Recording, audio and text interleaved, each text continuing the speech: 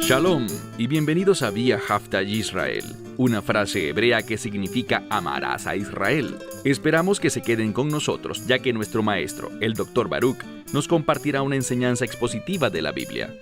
El Dr. Baruch es profesor titular del Instituto Zera Abraham, con sede en Israel. Aunque todos los cursos en el instituto se imparten en hebreo, el Dr. Baruch se complace en compartir esta enseñanza en inglés con doblaje al español.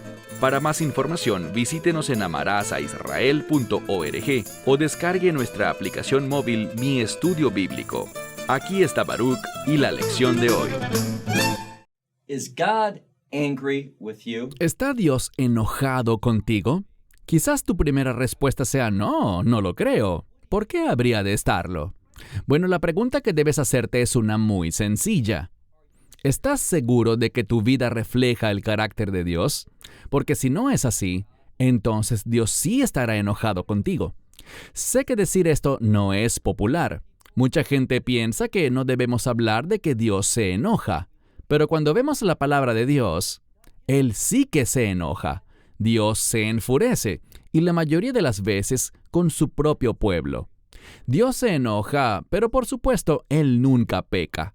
Por eso debemos mirar nuestra vida de una manera muy realista. Tenemos que hacernos transparentes ante nosotros mismos. ¿Y cómo lo hacemos?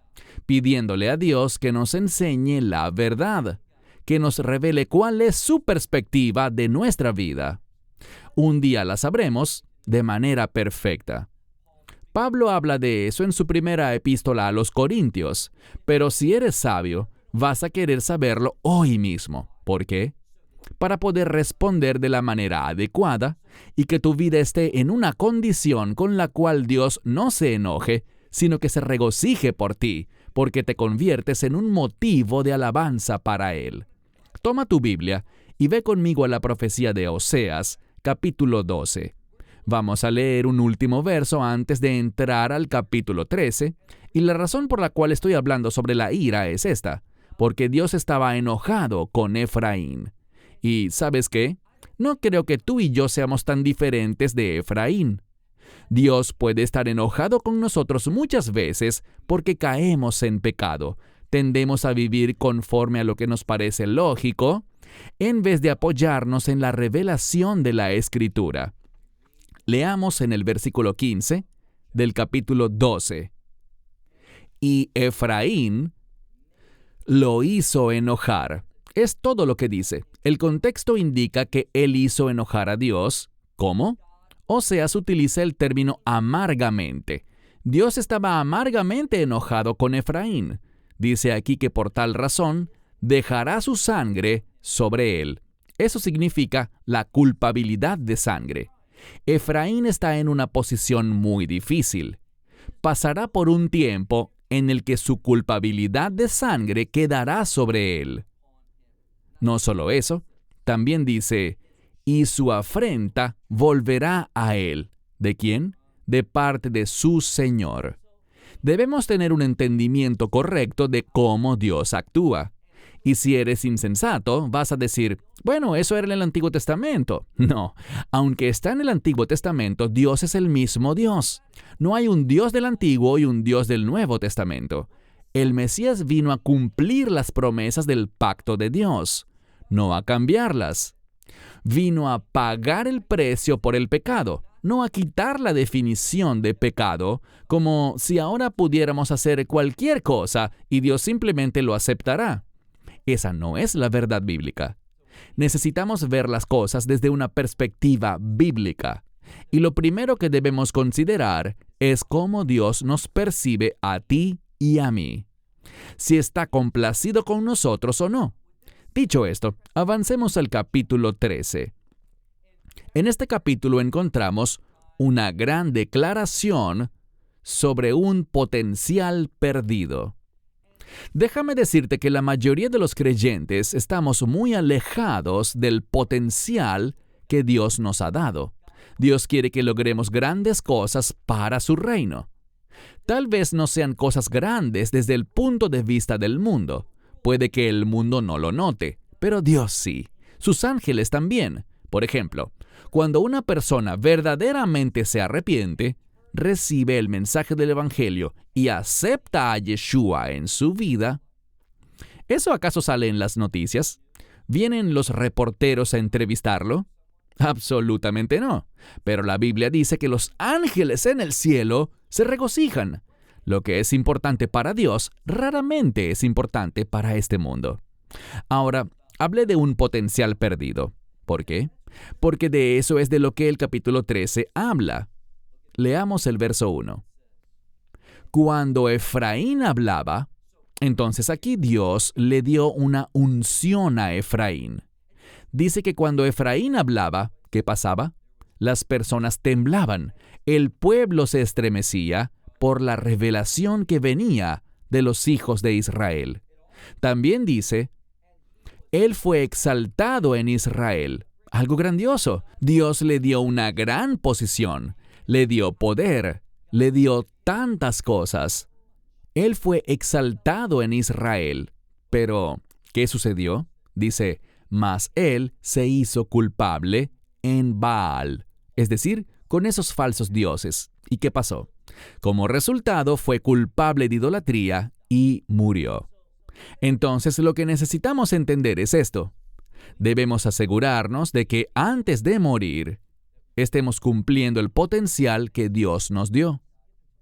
No queremos llegar cuando estemos delante de la presencia de Dios y darnos cuenta de cuánto hemos quedado cortos de su gloria y de sus propósitos. Esto nos da esperanza porque todavía hay tiempo para cambiar, hay tiempo para corregir y que el poder de Dios nos dé la capacidad de cumplir el potencial que Él tiene para nuestra vida. Avancemos al verso 2. Y ahora, dice, siguieron pecando, fabricaron para sí mismos estas imágenes de fundición de plata, de su plata, y las hicieron conforme a ¿qué? Y la palabra aquí significa conforme a su diseño. Estamos hablando de idolatría.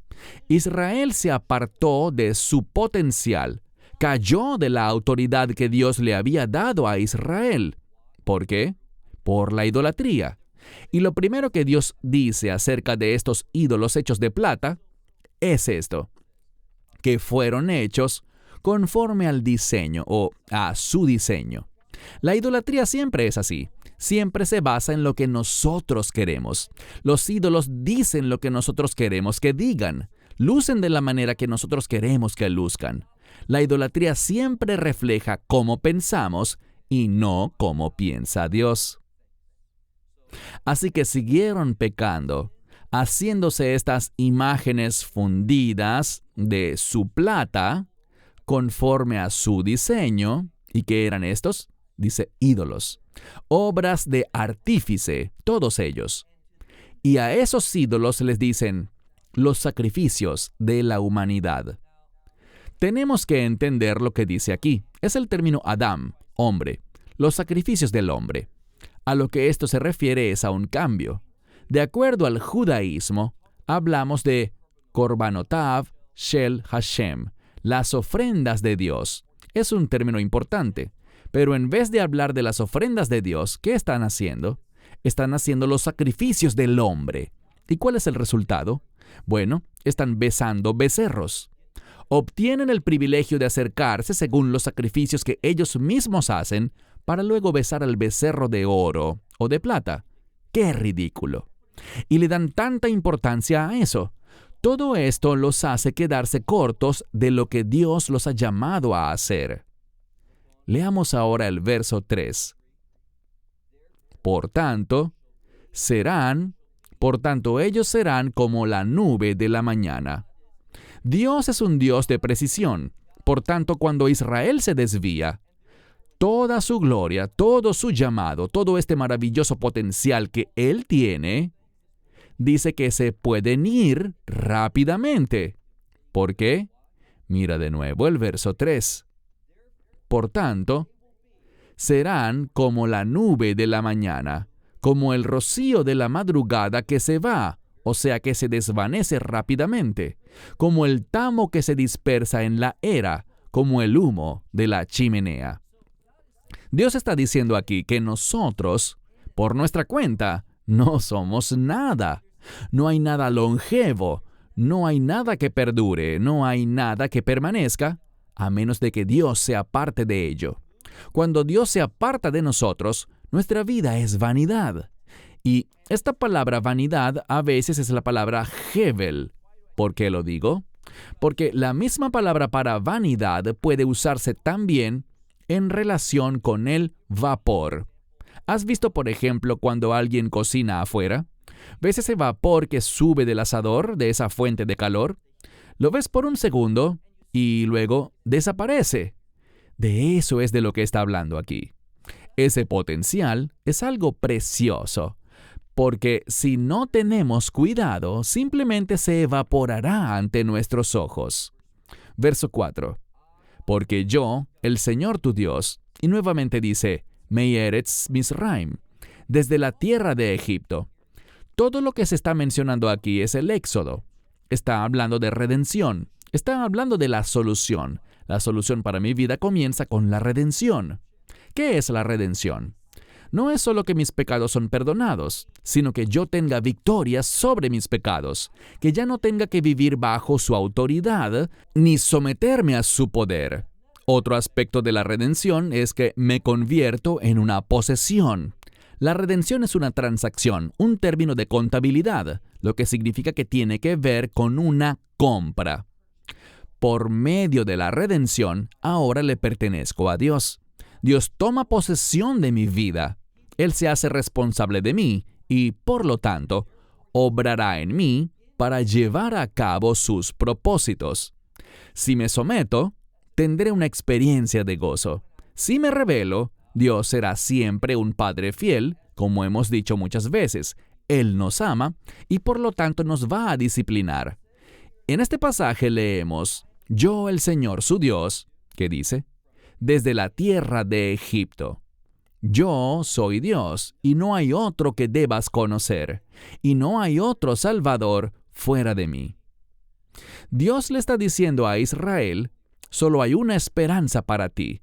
Si tienes algún interés en cumplir este potencial, en llegar a ser ese pueblo que realmente tendrá un destino eterno, entonces, solo conmigo lo podrás lograr. Solo conmigo esto podrá hacerse realidad. Y Él no lo está diciendo solo a los hijos de Israel hace unos 2700 años atrás.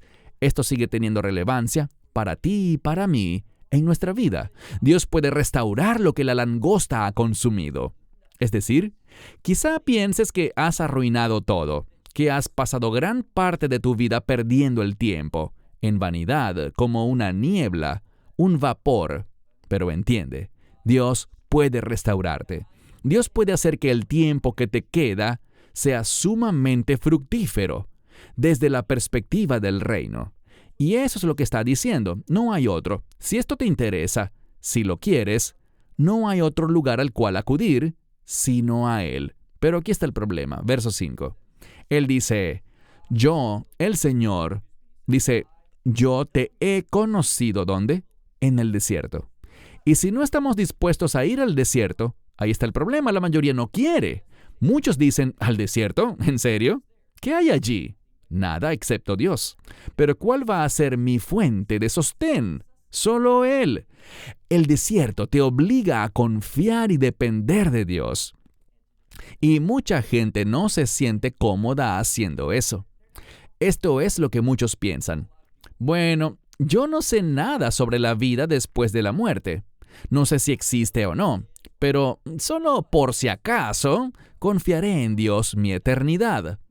Diré la oración que me han dicho que debo decir. Haré eso como un seguro para después de la muerte y espero que funcione. Pero por ahora esta es mi vida y la vivo a mi manera. ¿Qué persona tan vacía y necia piensa así?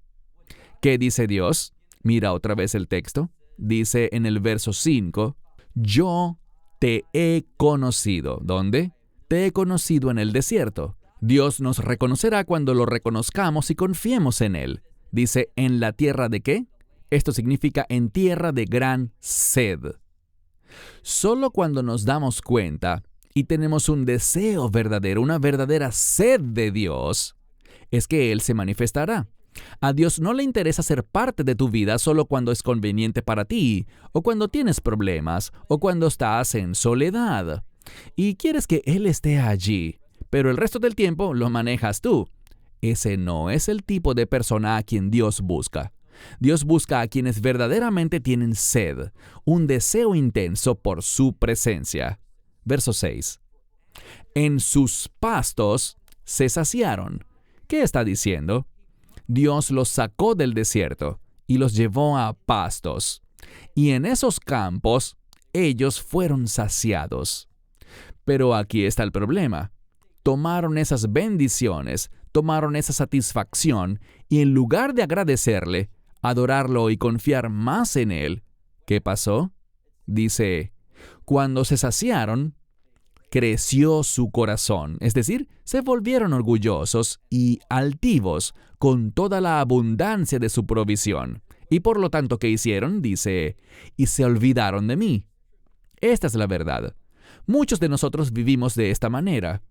Si examinamos nuestras acciones, no hay evidencia de nuestra fe en Dios. Nos hemos olvidado de Dios. Verso 7.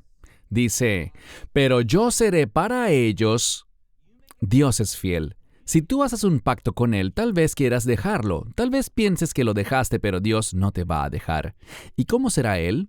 El verso 7 es poderoso. Dice, seré para ellos como león, como Namer. Namer es algo como un tigre o un leopardo, un animal fuerte y poderoso. Él dice, seré como un tigre en el camino. ¿Hacia dónde? Hacia Asiria. Algunos traducen Asiria como los acecharé, pero ese no es el contexto. El contexto es que Él va, ¿a qué? Él va a enseñarles algo en el exilio. Es lo que está diciendo, voy a ser fuerte en tu vida, en el exilio, para traerte de vuelta. Para eso existe el exilio en primer lugar. Dice, allí me encontraré contigo. ¿Cómo? Como una osa que está sufriendo, podríamos decir. Este término para sufrir tiene que ver con una osa a la que le han matado a sus cachorros. Piensa un segundo en esa osa que está sufriendo y de pronto, en un momento, ella ve al que ha causado la muerte de sus cachorros. ¿Cómo reaccionará? A eso se refiere Dios, que Él se encontrará con ellos como una osa que sufre y que desgarrará la cubierta de su corazón. Es decir, tal como en una cirugía de corazón abren tu pecho, eso es lo que quiere decir, descubrir el corazón y ¿qué más? Los devorará. Allí seré como un león, un sinónimo para león, como bestia del campo. ¿Los voy a qué? Los voy a desgarrar. Dios está diciendo que este exilio será una experiencia muy dolorosa. Dios mostrará su poder en el juicio que derramará sobre Israel. ¿Por qué?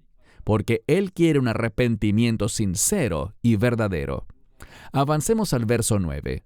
Dice, ¿y tu destrucción, oh Israel, a qué se debe? A que no se han dado cuenta de que conmigo está tu ayuda. Porque yo estoy. Verso 10. Comienza diciendo simplemente eso. Yo estoy. Así nomás. Dios está, pero luego hace la pregunta. ¿Dónde está tu rey? ¿Te salvará Él en todas tus ciudades?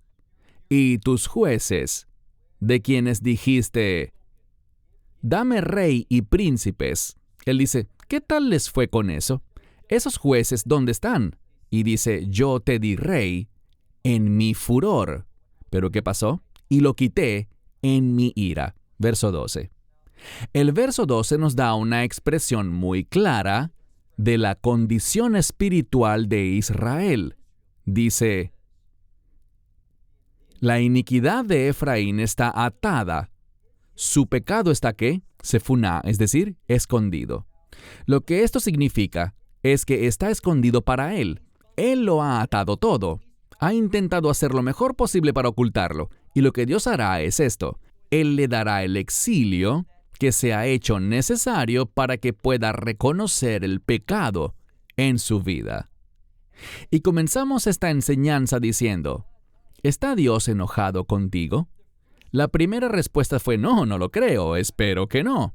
Pero la realidad puede ser esta, que Dios sí está enojado contigo y conmigo.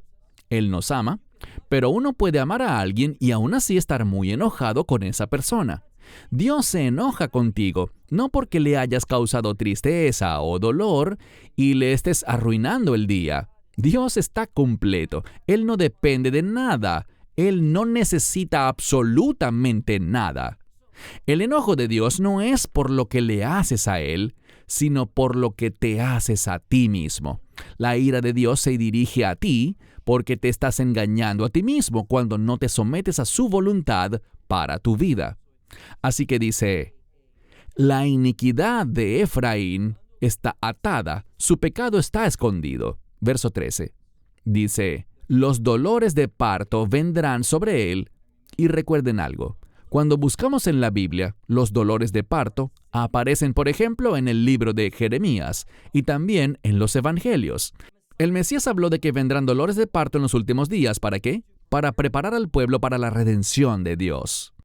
Digo esto con frecuencia y quiero repetirlo. Cuando hablamos de redención, hay dos palabras distintas e independientes que producen la redención. La primera palabra para redención habla del pago, el costo de la redención. ¿Recuerdan que dije que redención es una palabra de contabilidad que implica una transacción? Entonces hay un pago. Pero también está el resultado, la consecuencia de ese pago, y ese es otro concepto relacionado con la redención. De ese es del que se está hablando aquí cuando dice dolores de parto.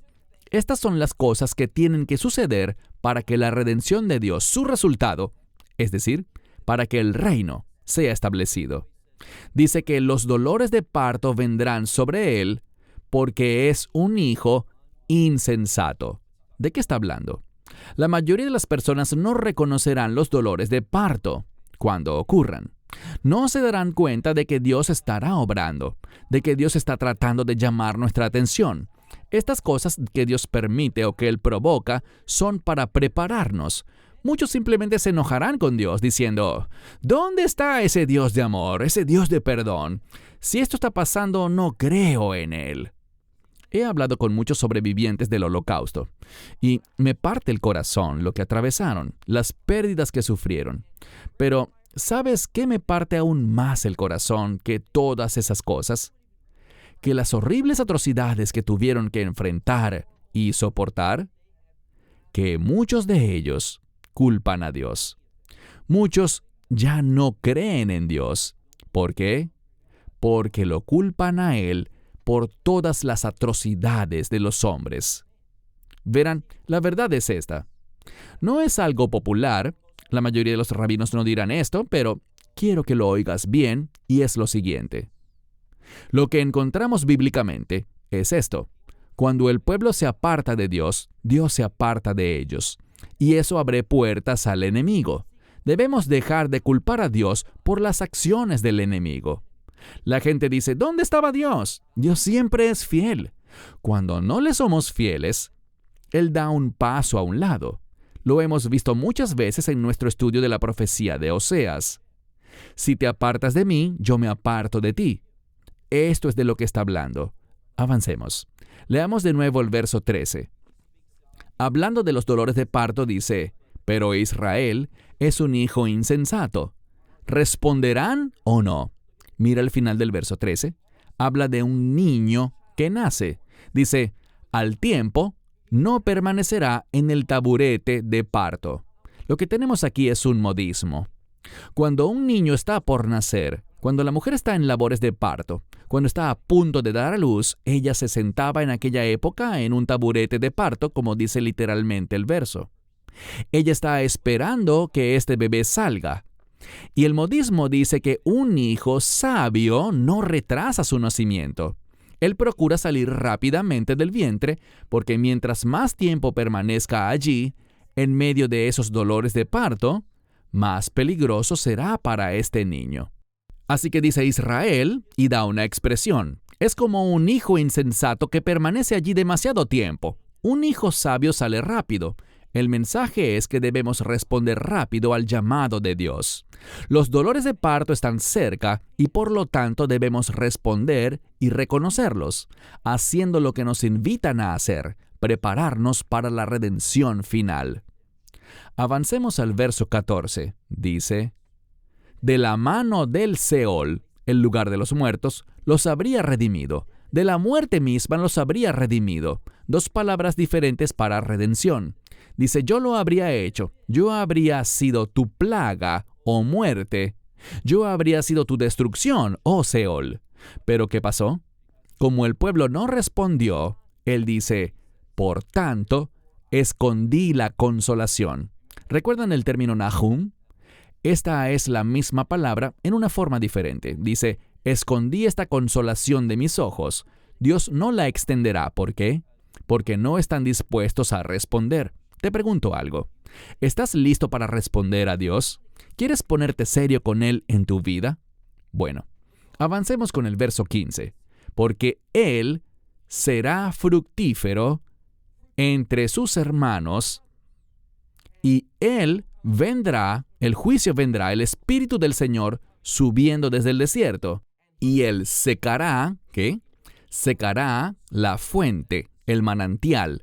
Él destruirá el manantial y será destruido el tesoro de todas esas cosas preciosas por las que antes se enorgullecían.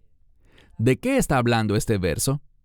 Este verso habla del hecho de que a pesar de que Israel haya sido próspero por un tiempo, aunque las cosas hayan ido muy bien, les pregunto, hoy en día, si ven a Israel, todo está floreciendo. Comparado con otros países, tienen una excelente economía. La construcción avanza como en ninguna otra nación.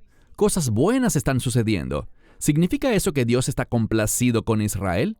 Nada que ver. Vemos problemas espirituales dentro del judaísmo que han estado allí desde hace siglos.